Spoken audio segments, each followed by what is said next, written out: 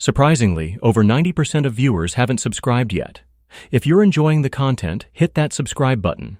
It motivates us to keep creating and helps us never miss an upload. I noticed the switch first. Hannah started calling them blocked-off weekends. She'd toss the phrase into conversation like a calendar note. Neutral, tidy, harmless. We were in our kitchen on a Thursday night, stainless pans drying on the rack, a podcast humming from her phone.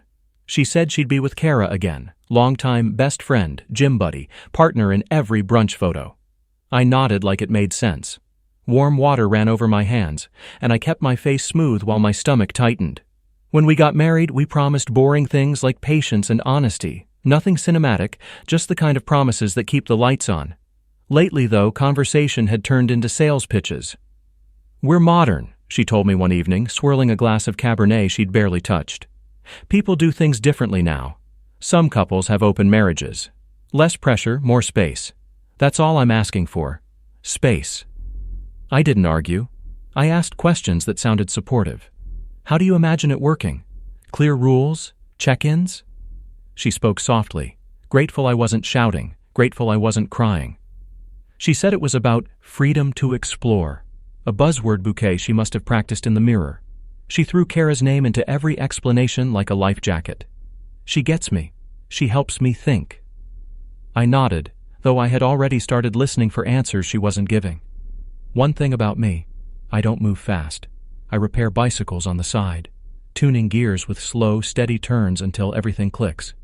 I decided to tune my marriage the same way, one careful turn at a time. If we were going to redefine the rules, I wanted the truth written in big letters. The only way to get that was to treat the weekends like puzzles. On Friday mornings, Hannah packed light. Cute backpack, black leggings, a jacket tied at her waist. She said Kara's new job came with gym access, a climbing wall, a smoothie bar. I'd kiss her cheek and say, "Have fun." When the door closed, the apartment felt like a hotel room after checkout. Clean, lonely, still warm from a life that had just left. I wanted to storm after her, but storms never fix wiring, they just knock out power. So I opened a notebook and wrote down everything. Departure time, outfits, the exact phrases she used. I began with the small things that don't lie. Receipts, for instance, can't perform emotion. When Hannah showered after her Sunday return, I checked our bank account. 2 charges stood out. A boutique downtown that sold craft cocktails alongside pasta shaped like tiny shells, and a hotel a few blocks away, with rooms named after constellations. I took screenshots and tucked them into a folder on a thumb drive. I didn't accuse her. I didn't even let my eyes linger too long when we ate dinner. I stirred the pot, asked about her weekend, and let her improvise. She mentioned a new spin class. She described a coffee place with a giant plastic flamingo by the register. I typed those details into my notes as if I were her biographer, not her husband. Next weekend, she left again, and I decided to follow. Not in a trench coat, not hiding behind dumpsters, just a man taking a walk downtown. She took the bus, so I drove, parked far away, and moved like a tourist. I passed the boutique with the pasta shells in the window and saw her across the street, laughing with a man I recognized from her social media likes. His name was Drew. He managed events for a tech company, the sort of job that appears glamorous because it lives near free snacks. He leaned toward her the way people do when they're proud to be needed. Hannah didn't notice me. She was busy being a version of herself I hadn't met. Light, glittering, almost weightless. I didn't take pictures. I didn't want to become a stranger creeping with a camera. Instead, I took mental photographs. The blue scarf she wore even though it was warm. The way she adjusted her ponytail when he talked. The small, worried smile she gave when she looked away. I went home and wrote everything down.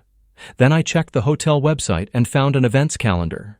Drew's company sometimes booked the rooftop lounge for community mixers. That explained the charges. It also suggested a future opportunity.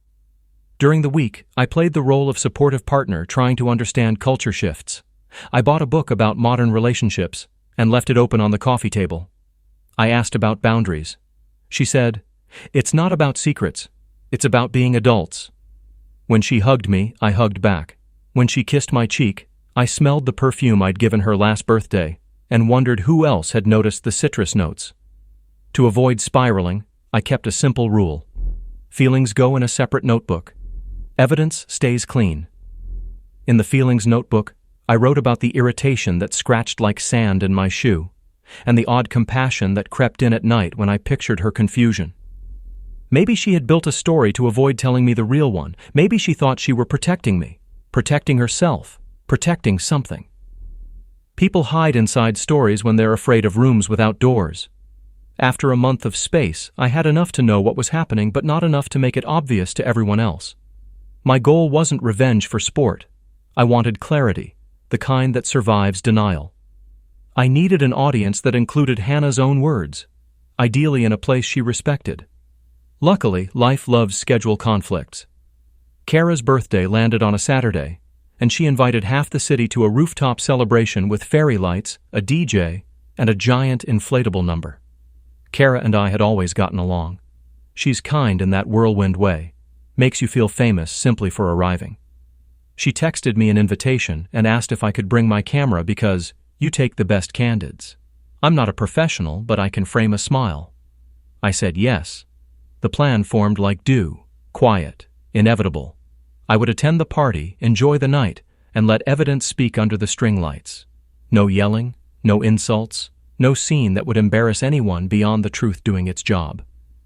To prepare, I asked a co-worker, Marcus, to help me pull public posts and check-ins linked to Drew's events. Marcus uses spreadsheets the way chefs use knives. Within a day, he had a tidy list of dates, times, and photos from social accounts. Several matched Hannah's blocked-off weekends.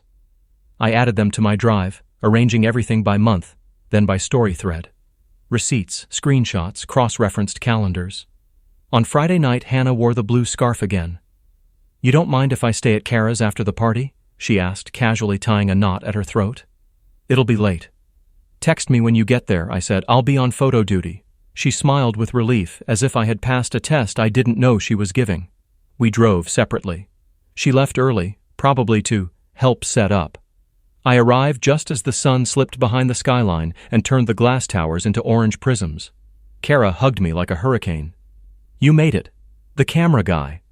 She dragged me to the bar to meet the DJ, a charmingly earnest man who played throwback hits like he was rescuing puppies. The rooftop looked like a magazine spread, succulents in gold pots, little desserts on mirrored trays, a view that made everyone forgive rent prices. I took pictures of couples, friends, the birthday girl hoisting a sparkler. Hannah floated across the scene in that weightless way, collecting compliments, delivering them right back. Then Drew arrived, late enough to look important, early enough to claim prime territory near the railing. They hugged the way people do when they've rehearsed, keeping it brief. I worked the party like a photographer, which meant I got to be invisible while standing in the center of every conversation. I heard enough to understand the cadence of their secret. They spoke in euphemisms, work catch-up, team drinks, mutual support. I cataloged phrases as if I were learning a new language. I made sure to take one decent group photo every few minutes so nobody would wonder why I kept circling. Kara had booked a short slideshow for the middle of the evening, a loop of pictures from years of friendship, college pranks, beach trips, hikes that ended with blistered feet and big laughs. She handed me the laptop and said, "Can you cue this at 9? It should run by itself." I tested it. One click, perfect loop, crowd-friendly music. Then I saw the little HDMI splitter underneath and realized the rooftop also fed a second screen on the lower level, visible from the street. My heart did a patient, deliberate thud. I excused myself and went to the restroom, which offered the only locked door on the floor. From my jacket pocket I pulled the thumb drive. I had titled the folder Summer Recipes, since nobody checks those. Inside sat a short compilation I'd spent nights editing.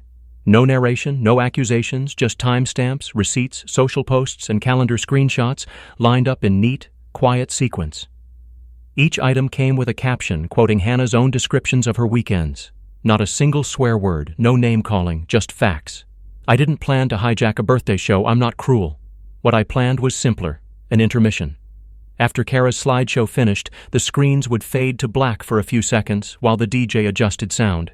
In that gap, I would play my edit for exactly 90 seconds. The goal wasn't humiliation. The goal was truth with a timestamp, followed by a walk to the side where conversations could happen without a crowd. But there would be a crowd. There always is when lies meet daylight. I looked at myself in the mirror, calm eyes, a crease on my cheek from the camera strap. I thought about walking away, I thought about sitting Hannah down tomorrow with coffee and playing the video for just us two. I pictured her face sliding into shock, then denial, then argument. I pictured months of, "You're twisting things, and you didn't let me explain." I pictured my sanity eroding by polite degrees. Maybe public clarity would be kinder to both of us. A clean cut hurts once. A slow unraveling keeps reopening. At 9, the lights dimmed a little. Guests gathered near the screens with plates of cupcakes.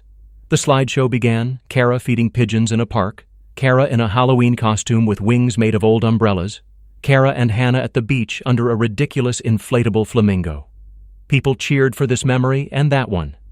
Hannah laughed without looking at me. Drew clapped along, keeping his hands near his pockets. I stood by the laptop and waited for the loop to finish. The last image flickered out. The screen went dark. The rooftop seemed to exhale. I breathed in, felt the weight of the thumb drive in my pocket, and slid it into the port. A small box appeared. "Replace?" I clicked. "Yes." The DJ lifted one finger to me, a hold on the next track. A few friends were still chatting, but most eyes were on the screens, ready for the next wave of nostalgia. The first frame of my video looked like a calendar page. Simple boxes, neat dates, text in a friendly font. July, blocked off weekend.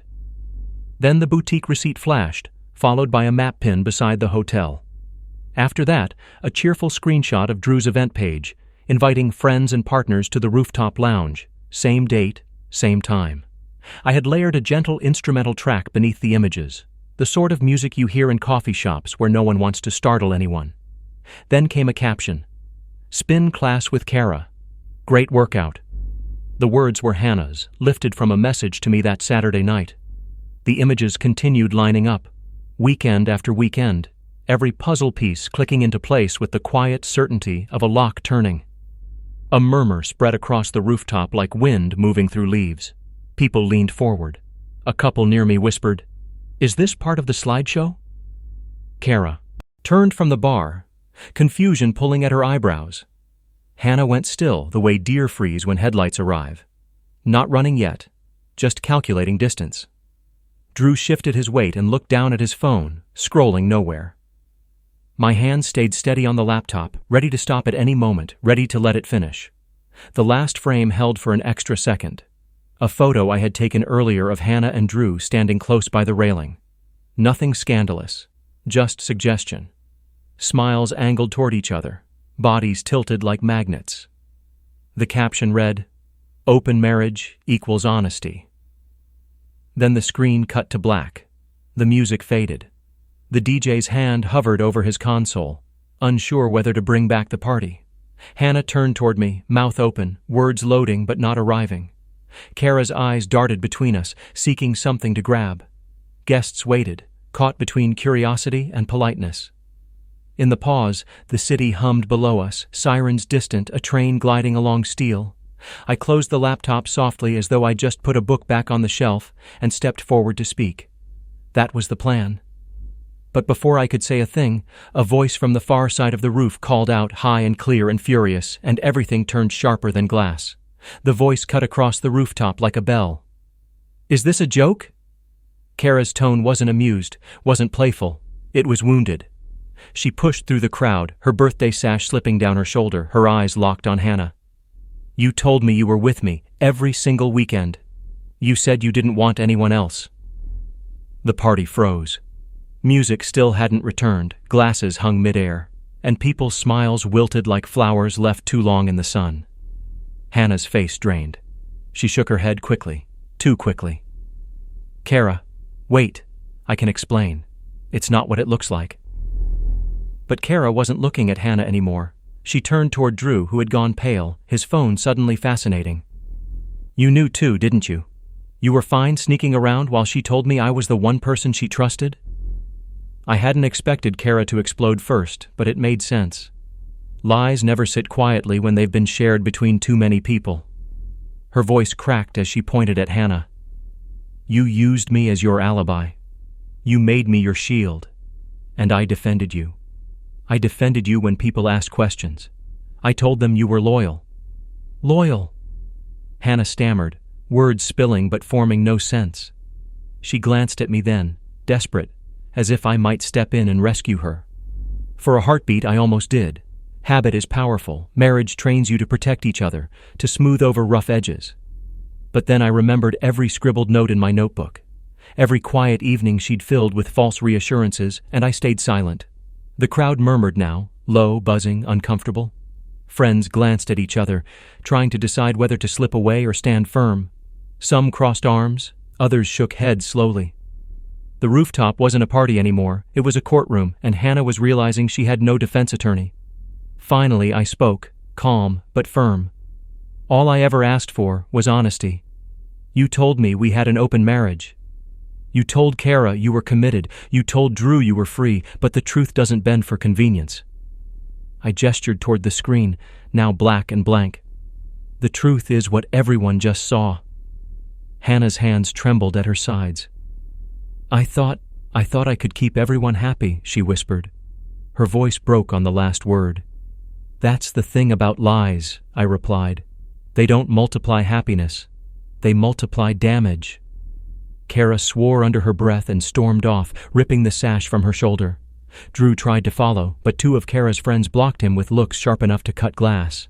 The DJ, awkward and pale, restarted the music, but it only made the silence heavier. People began to leave in clusters, murmuring to each other, glancing back at us with pity or disappointment. Birthday that had started with sparklers and laughter now ended in fragments. Hannah stood in the center, shattered without anyone touching her. She looked at me as though I'd burned the house down, when really all I'd done was open the curtains. I lifted my camera bag, swung it over my shoulder, and spoke one last time, not loud, not cruel, just final. You wanted an open marriage. Now the truth is open too. And with that, I walked toward the elevator, leaving the rooftop filled with stunned silence, leaving Hannah to face the echoes she had created. That night, as I drove home under the blur of city lights, I felt the strangest mix of grief and release. Grief for what we'd lost long before this evening, and release because at last the pretending was over. The evidence was no longer mine to carry. It belonged to everyone who had seen it, and most of all, it belonged to Hannah. And in the quiet of my apartment, as I placed my notebook back on the shelf, I realized revenge hadn't been the point at all. It was never about crushing her. It was about reclaiming myself. The crowd had been stunned, yes, but the silence that followed felt like the first honest moment in months. The next morning, sunlight cut through the blinds in sharp lines. For the first time in months, the air in my apartment felt clean. No waiting for a text, no rehearsing responses, no second-guessing the truth. The silence that once felt heavy now carried a strange kind of freedom. I brewed coffee, sat at the table, and opened my notebook one last time. The pages were filled with dates, screenshots, and scribbles of overheard phrases. This record had once been my anchor, proof that I wasn't imagining things. Now it felt like an old cast after the bone has healed. Useful once, unnecessary now. I closed it and slid it into a drawer, knowing I might never look at it again. Hannah, though, didn't disappear. She called 3 times that morning, each time leaving a voicemail that swung between tears, excuses, and pleas. I didn't mean for it to happen this way. We can still fix this. You didn't have to do it in front of everyone. Her words bled together, but the truth was clear. What broke us wasn't the public reveal. It was the months of deception that came before it. By afternoon, I received texts from friends who had been at the rooftop. Some thanked me for being brave. Some admitted they'd suspected something for a while. One person wrote, "You gave her the honesty she refused to give anyone else."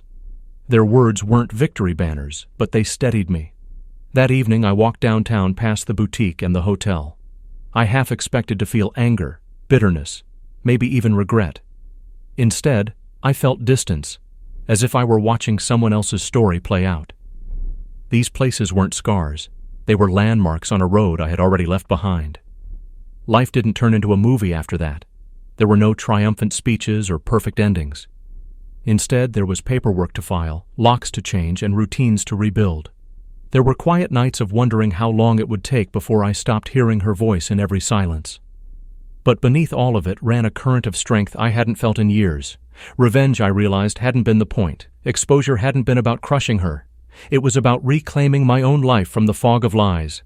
It was about standing in the light, even if the brightness burned.